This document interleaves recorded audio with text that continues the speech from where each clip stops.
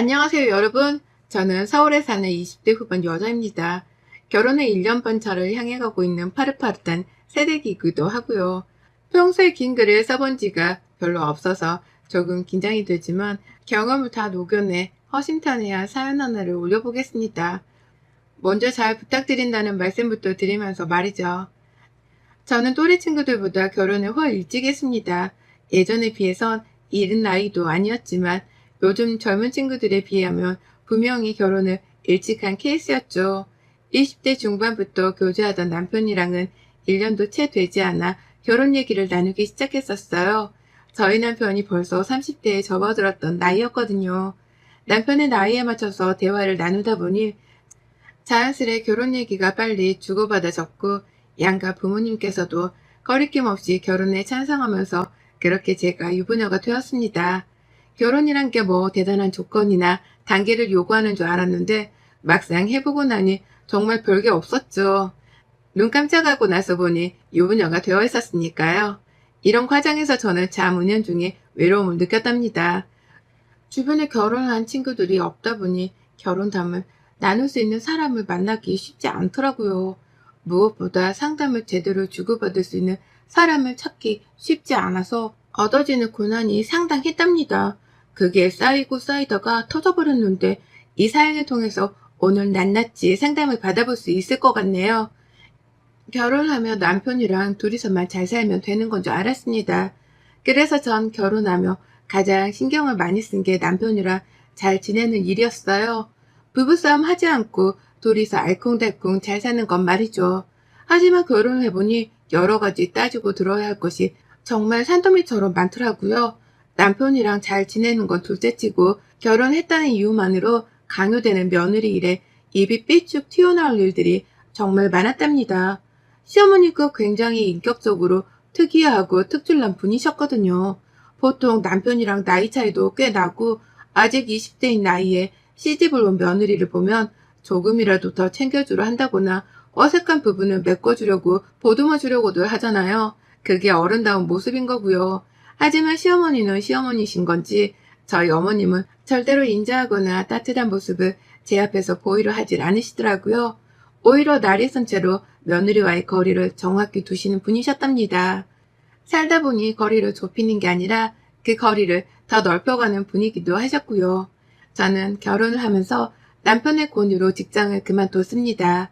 다니던 직장이 중소기업이어서 실없는 곳이기도 했고 비전이 없던 찰나에 남편이 차라리 직장을 그만두고 주부로 가정을 지키며 사는 게 어떠냐고 물어봐 주더라고요. 그래서 기쁜 마음으로 직장을 그만뒀고 간간히 취미삼아 하는 게 주식이었어요. 코로나가 터지기 전에 운 좋게 주식 공부를 시작한 덕분에 코로나가 터지고 난 후 좋은 물건 잡아다가 돈도 꽤 벌었고요. 그 돈으로는 저 혼자 쓰지 않고 남편한테 생활비라며 조금씩 공유를 하며 제 가정을 꾸미는 데 사용을 했습니다. 제 스스로의 용돈으로도 조금씩 쓰다가 나머지는 대부분 저축을 했고요. 하지만 어머님이 결혼 초부터 제가 주식을 하는 것에 대해 불만이 많으셨어요. 불안정하게 다니던 직장을 그만둔 것도 마음에 안 드는데 주식을 멋모른 채로 한다면서 대놓고 저를 사기꾼 마냥 바라보시더라고요. 언제라도 남편이 벌어다주는 돈을 주식으로 홀라당 날려버릴 수 있는 잠재력을 가진 사기꾼으로 말입니다. 처음엔 그런 걱정을 하시는 것이 당연하다 싶었어요. 주식을 모르는 분이라면 뉴스에서 나오는 주식의 위험성에 대해서 더 많이 들으셨을 테고 그로 인해 주식이 쉽사리 해서는 안 되는 도박 같은 것이라고 충분히 생각하실 수 있다 싶었습니다. 그래서 딱히 어머님을 설득하려 한다거나 이해를 시키려 하기보단 시간을 가지고 기다려보고자 했죠. 저도 절대로 남편 돈을 쓴다거나 까먹지 않으며 어머님께 안전하다는 믿음을 드리고자 했고요. 하지만 어머님은 사람을 참 질리게 하셨어요. 볼 때마다 너 아직도 주식하니? 내가 그렇게 하지 말라는데도 겁도 없이 주식을 하니? 라며 한마디씩 거두셨고요. 볼 때마다 제가 무슨 거대한 돈이라도 잃은 사람 마냥 의심이 가득한 눈초리로 바라보셨답니다. 돈을 잃은 게 한 푼도 없는 저였는데요. 시어머니 때문에 저는 지은 죄도 없는데 죄를 한가득 지은 사람이 되어서는 늘 시어머니 눈치를 봐야 했어요. 고작 몇만 원씩 푼돈을 보태 심심풀이로 하던 주식이었고, 심심풀이지만 나름 책임감을 가지고서는 공부까지 해가며 했던 주식인데요. 시어머니의 말씀은 늘 저를 죄인으로 만들었어요. 그러니 제가 다른 방법을 쓰기 시작했죠. 주식으로 푼돈을 벌었을 때 시어머니께 용돈을 조금씩 드리기로 한 겁니다. 내가 벌어들인 돈을 어머님이랑 나누기라도 하면 어머님이 더 이상 주식을 하지 말라 하는 지나친 걱정이나 의심을 하지 않으실 거라고 생각을 했으니까요. 그렇게 저는 수익이 나는 달에도, 그리고 수익이 나지 않는 달에도 쉬지 않고 어머님을 뵈면 돈을 조금씩 쥐어드렸어요. 그게 설령 몇만 원의 푼돈이라고 할지라도 어머님을 뵈었을 때마다 용돈으로 쓰라 쥐어드렸죠. 그러자 어머님도 처음부터 이걸 원하신 건지 너무 좋아라 하시더라고요. 돈을 쥐어드리며 쥐어드린 만큼 좋아라 하기 시작하셨고요. 점점 아직도 주식을 하냐 불만 어린 목소리에서 이번에는 얼마를 벌었냐는 궁금증 섞인 질문을 뱉어내 가시며 주식에 관심을 보이기 시작하셨습니다. 돈을 더 쥐어드리지 않으면 수익이 변변찮냐는 한심하다는 소리를 들어야 했지만 저를 돈 까먹는 도둑년 바라보듯 보시던 결혼초보다는 훨 괜찮았어요. 시어머니께로 나가는 돈이 아깝긴 했지만 몇 푼 쥐어드리고서는 더는 주식으로 잔소리를 듣지 않아도 된다는 것이 더 좋았기 때문에 상관없었습니다. 그렇게 저도 나름의 노하우를 가지고서 시어머니를 대하며 며느리로서 잘 살아가려 노력을 하고 있었어요. 그러다 5달 전 제가 임신을 하게 되며 시어머니의 밑바닥을 제대로 보고 말았죠. 임신을 하면서부터는 제가 주식을 잘 하지 못했어요. 매번 돈 가지고 신경을 쓰는 것도 못할 짓이었기 때문에 임신을 한 동안만큼은 뭐라도 좀 쉬어 가보고자 했습니다. 그래서 주식도 들여놨던 걸 다 팔아버렸고 아예 태교에만 전념을 하고자 했어요. 처음으로 임신을 한 친구를 보는 게 신기했던지 결혼을 하지 않은 또래 친구들도 축하한다며 여기저기서 기프트콘에 선물을 보내줬고 친구들 뿐만 아니라 저희 친정 부모님께서도 잘 먹이고 싶다면서 가전 음식들을 보내주시며 축하의 말씀을 해주셨어요. 그 덕에 저는 제 돈으로 밖에 나가 장을 보거나 음식을 사 먹은 게 오래되었을 정도로 선물 받은 것들로만 먹고 즐기며 나름 행복한 태교 생활을 보내고 있었습니다. 그런데요, 그런 와중에도 끝까지 축하 인사를 하지 않은 분이 계셨어요. 바로 저희 시어머니셨죠. 제가 직접 임신을 했다는 연락을 드렸을 때에도 임신을 해서 축하한다는 말씀을 하기보다는 너 그럼 주식은 어쩌냐? 라는 말로 주식 걱정부터 하시던 게 시어머니셨답니다. 순간 제 귀를 의심했었죠. 그렇게 주식을 하지 말라고 위험천만한 도박 같은 일을 왜 하는 거냐면서 도둑년 마냥 바라보시던 게 시어머니셨는데요. 제가 주식으로 벌은 돈을 조금씩 나눠드리기 시작하면서부터 제 주식 일에 관심을 가지시더니만 이제는 급기야 주식은 어쩌냐며 그 걱정부터 하시더라고요. 뱃속에 애가 들어섰다는데도 말이죠. 뭐 이런 분이 다 있나 싶어서 속으로 엄청 실망스럽기도 하고 어른답지 못한 어머님의 언행에 기도 안 찼습니다. 하지만 그래도 저는 며느리 노릇을 잘 해야 했기에 최대한 갈등이 일어나지 않는 선에서 잘 지내보고자 최선을 다했죠. 어머님이 주식에 대해서 물어보면 잠시 쉬는 것뿐이라고 이해를 시켜드리려 했고요. 우리 아이가 잘 크고 있냐는 질문 대신 주식은 언제 다시 시작하냐는 궁금증부터 쏟아내실 때에도 조금만 기다려달란 말씀을 드리는 걸로 스스로를 위로했습니다. 오죽했으면 남편조차도 자기 엄마가 말이 좀 차갑다는 말로 저를 위로시키려 했을까요? 하지만 여기서 문제가 끝인 게 아니었어요. 말로만 주식 얘기를 꺼내고 불안해 하신다면 제가 그냥 어머님 말씀을 한 귀로 듣고 한 귀로 흘리고 말면 그만이었는데요. 문제는 어머님이 직접적으로 저에게 금전적인 피해를 주기 시작하셨다는 겁니다. 아주 자연스럽게 제 지갑에서 돈을 털어 가시더라고요. 그리고는 그 돈으로 만난 것들을 사드시며 본인 사리사욕을 채우려 하셨고요. 하루는 어머님이 답답하니까 밖에서 보자고 하시면서 저를 밖으로 불러내신 적이 있었습니다. 평소에 왕래를 해봤자 저희 부부가 시댁으로 찾아간다거나 어쩌다 시부모님이 함께 저희 집으로 오셔서 밥을 먹는 게 전부였었는지라 나름 신기했어요. 왜 나를 밖에서 만나자고 불러내시는 건가 싶기도 했고 당연히 임신한 며느리한테 맛있는 거라도 하나 사 먹이려고 부르시는 건가 싶어서 기쁜 마음으로 밖을 나갔습니다. 그렇게 어머님이 장소까지 찍어서 보내주신 식당으로 찾아갔고요. 가보니 돼지고기를 파는 음식점이었는데요. 그날 저는 시어머니께 보기 좋게 돼지고기를 사드리기만 했답니다. 임신 초기라 입덧 때문에 식당 안으로 들어가는 것도 고역이더라고요.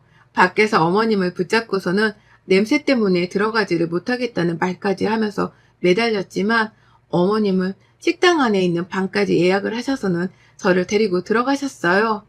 단 둘이서 최소 8인 정도가 앉을 수 있는 방 안에 들어가 돼지고기를 구워 먹는데 정말 눈물이 나더라고요. 나를 이렇게까지 데리고 들어오고 싶으셨을까 해서 말이죠. 하지만 그렇게라도 저한테 돼지고기를 사 먹이고 싶어서 그러시는 거라고 생각을 하고는 끝까지 자리를 지키고 앉아 있었습니다. 돼지고기를 잘 먹지 못했는데도 억지로 한두 점씩을 입안에 넣어가면서 시어머니 곁에 있었더니만 결과는 참혹했네요. 어머님이 결제를 하려 하지 않으신 걸로도 모자라 아예 나오면서도 교통카드 말고는 지갑 자체를 들고 나오지도 않으셨더라고요. 며느리를 돼지고기 파는 식당 앞까지 불러놓고는 지갑조차 일부러 교통카드 말고는 챙겨 나오질 않았다는 사실에 기가 막혔습니다. 그리고는 제 카드로 시어머니 혼자서 거의 다 드신 그 돼지고기 값을 계산하는 순간 이 찌질하고도 못난 시어머니를 다신 꼴도 보기 싫더라고요. 뭐 이런 아줌마가 다 있나 싶어 말이죠. 그렇게 한번 당하고 난 후 남편한테 이 일에 대해서 말을 했더니만 남편도 민망스럽고 창피한지 고개를 못 들더라고요. 자기 엄마가 임신한 며느리를 불러내서는 얻어먹기만 하고 보냈던 사실이 끔찍스러웠던지 급기야 남편이 돼지고기 값을 대신 대주겠다며 얼마를 계산했는지 물어보기까지 했답니다. 저는 그냥 기부를 한 셈 치겠다며 남편에게서는 그 돈을 받지 않았고요. 다만 시어머니를 향해 조심해야겠다는 주의 정도는 제대로 했었네요. 그런데 그렇게 주의하고 당부를 했다고 생각을 했던 제가 시어머니의 농간에 또 당해버리고 말았답니다. 임신 초보다 적어도 배가 아주 조금은 더 불러 나왔고요. 한동안 연락을 주고받지도 않고 지내던 시어머니셨는데 또 연락이 먼저 오셨어요. 그런데 이번에는 웬일로 임산부인 저희 안부를 챙겨 물으시더니만 자신이 밖에서 밥을 한 끼 사주고 싶다는 말을 또박또박하게 하시면서 저를 불러내신 거예요. 뭐 사줄까? 라고 물으시면서 말입니다. 시어머니가 드디어 나한테 밥이라도 한 끼 사주시라는 건가 싶어 정말 감개무량했습니다. 이번에 본인 스스로 사주겠다는 말을 하며 저를 밖으로 불러내려 하시는 모습에 한치의 의심도 하질 않았네요. 그렇게 저는 시어머니께 당한 게 있었음에도 불구하고 그 어떤 의심도 하질 않은 채 보기 좋게 어머님이 불러내신 장소까지 따라 나갔어요. 가보니 이번엔 소고기를 파는 식당이더라고요.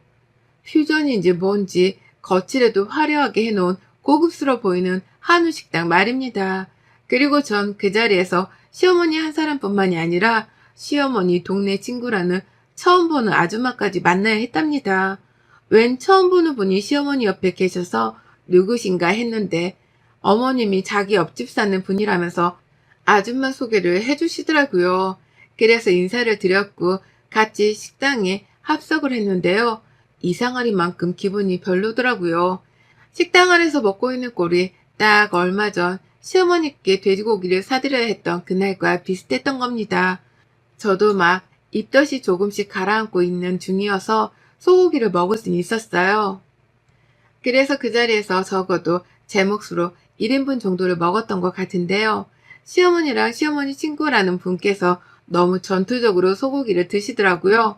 임산부인 저한테 밥을 사주겠다고 불러내고서는 고기가 구워지자마자 젓가락을 가져다 대선 본인들 그릇 앞으로 들고 가는 모양새가 영 이상했답니다. 꼭 저한테 사주는 게 아니라 저한테서 1인분이라도 더 얻어먹으라는 사람들인 것 마냥 허겁지겁 고기를 드셨네요. 그런 분위기 속에서 저도 괜히 사람들이 빨리빨리 먹으니까 저까지 빨리 먹어야 하나 싶은 초조함을 느꼈고요. 어머님이 사주시는 거니까 기분 좋게 먹되 너무 많은 돈이 들지 않도록 식욕을 참아가면서 조금씩만 챙겨 먹었어요. 하지만 시어머니랑 어머님 친구분은 제가 배부르다며 젓가락을 내려놓은 후에도 본인도 젓가락을 내려놓을 생각을 안 하셨고요.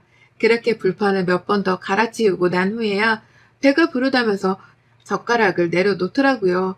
이미 소고기 가격이 60만 원 가까이 나온 후에야 말입니다. 나름 놀랬었어요. 어머님이 이렇게나 큰 돈을 밖에서 외식 비용으로 쓰신 걸 본 적이 없었는지라 당황스러웠죠. 나한테 그간 미안한 게 많으셔서 제대로 고기를 사주려는 거구나 싶은 마음에 통 큰 어머님을 오히려 멋있다고 놀라하며 바라보기도 했었습니다.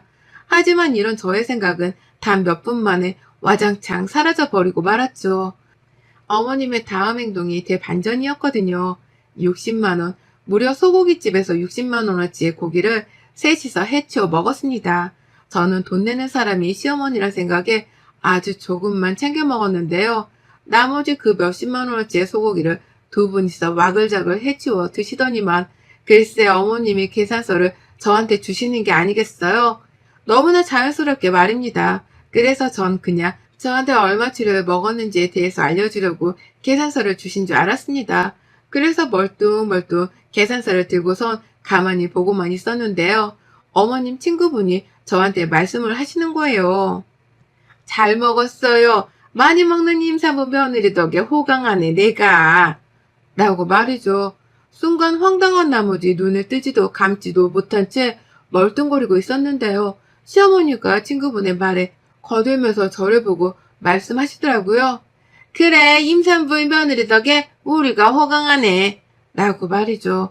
장난기 하나 없다는 표정으로 싱글벙글 쪼개시면서 웃으며 말씀을 하시는데 이게 도대체 무슨 소리인가 싶더라고요.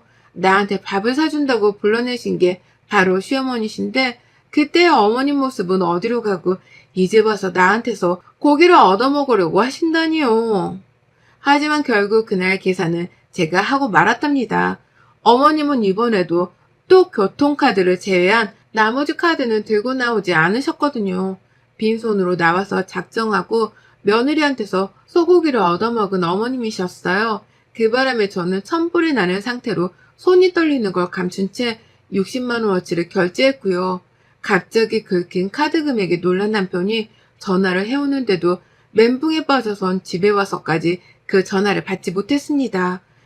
열이 받아서 남편한테 이 사태에 대한 말을 꺼내기도 싫더라고요. 어머님은 끝내 저한테서 어떠한 사과의 말씀도 하지 않으셨습니다. 사주겠다고 불러내서는 얻어먹은 것에 미안함도 없으셨던지 그냥 입을 꾹 다무시더라고요.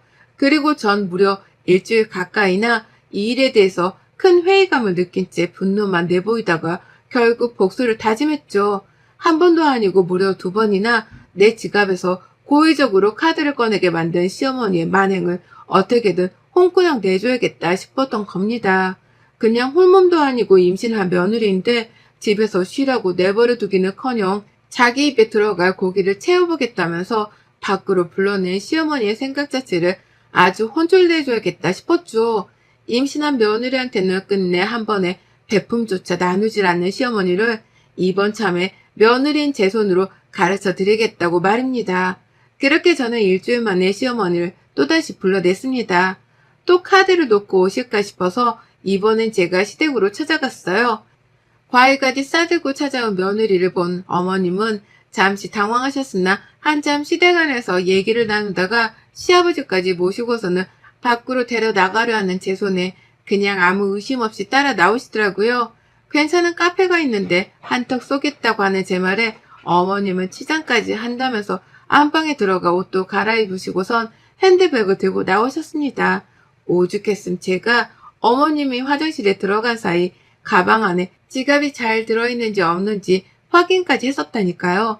제 딴은 정말 치밀하게 복수를 하려 준비를 했고요. 정말 가짜는 그 상황에 저는 웃음이 나오려는 걸 겨우겨우 눌러 참았어요. 그리고 저 시어머니랑 시아버지까지 모시고서는 카페가 아니라 똑같이 소고기를 먹겠다고 지난번에 찾아갔던 바로 그 한우집으로 갔습니다. 어머님이 본인 친구까지 데리고서는 며느리의 삥을 뜯었던 바로 그 한우집으로 말입니다. 시아버지랑 그 식당 앞에 도착을 하니 어머님 표정이 살짝 바뀌더라고요. 나를 왜 또 여기에 데려왔나 싶으신 표정으로 저를 바라보시는데 제가 그런 어머니께 말씀드렸죠. 제가 또 사드려야죠. 라고 말입니다. 그러자 어머님도 이내 당황하시던 표정이 평안하게 풀리셨고요. 그렇게 저는 시부모님을 모두 다 모시고선 식당 안으로 들어갔어요. 그리고는 차오르는 식욕이 왕성한 임산부답게 소고기를 정말 양껏 주문했답니다. 제 몫의 고기를 먹는 걸로도 모자라 시아버지께도 더 드시라고 며느리가 사는 거니까 많이 드시란 소리를 해가면서 몇 인분이고 더 드시라며 부추겼고요. 시어머니는 제가 더 시키란 말도 안 했는데 이미 전처럼 자기 혼자 삐를 받아서는 마구마구 고기를 주문하시더라고요. 그렇게 저희는 남자이신 시아버지의 몫이 더해져서는 이번에 무려 100만 원어치의 소고기를 주문했답니다. 시아버지가 된장찌개라도 시키려 하면 제가 밥으로 배를 채우지 말라면서 고기를 더 시켰고요. 빨리 소화시켜서 더 많은 고기를 드시라며 일부러 탄산음료까지 마구 시켜가며 고기 주문량을 늘렸어요. 그렇게 100만 원에 달하는 금액이 영수증에 하나둘 추가되어 찍혀가는 걸 보고 나서야 저는 급기야 소고기를 포장까지 해서는 100만 원을 찍어버렸고요. 포장된 소고기를 받자마자 보란듯이 시어머니께 말씀드렸습니다. 어머님 너무 잘 먹었어요. 저 진짜 오랜만에 폭식했네요. 라고 말이죠. 그 순간 시어머니의 표정은 정말 까무라칠 정도로 웃겼답니다. 시어머니는 입술이 파르르 떨리는 걸 숨기지 못하신 채 저를 놀래 쳐다보셨고요. 괜시리 옆에 있던 시아버지까지 같이 놀라셔서는 이게 무슨 소린가 싶어 절 쳐다보시더라고요. 방금 전까지 사주겠다며 소고기를 더 주문했던 며느리가 갑자기 잘 먹었다고 말을 하는 모양새 다들 귀를 의심하셨던 거죠. 하지만 전 끝까지 뻔뻔하게 굴었습니다. 시어머니가 대놓고 카드를 챙겨오지 않았음에도 사주겠다며 저에게 사기를 쳐서 불러냈던 것을 떠올리며 저도 끝까지 어머님만큼 뻔뻔하게 굴어보고자 했어요. 그래서 더욱 표정을 칼같이 관리했고요. 어머님 얼굴에 웃는 표정으로 말씀드렸죠. 가방 안에 카드 들어있는 거 아까 봤거든요. 이번엔 카드 안 들고 왔다는 둥, 돈이 없다는 둥 빠져나갈 생각 마시고요. 계산 잘하고 나오세요. 라고 말이죠. 시어머니에 이어서 시아버지까지 동시다발적으로 너가 사준다며 네가 불러냈잖아 라면서 목소리를 높이신 채로 저를 붙잡으려 했어요. 저보고 계산을 하게 하려는지 두 분 다 자리에서 벌떡 일어나시더라고요. 하지만 전 그 자리에서 뒤도 안 돌아보고 먼저 자리를 박차고 나와버렸답니다. 뒤에서 누군가가 직원에 의해서 붙잡히는 소리가 들리는 와중에도 저는 뒤를 돌아보기는커녕 제 갈 길만 가겠다고 식당을 빠져나왔어요.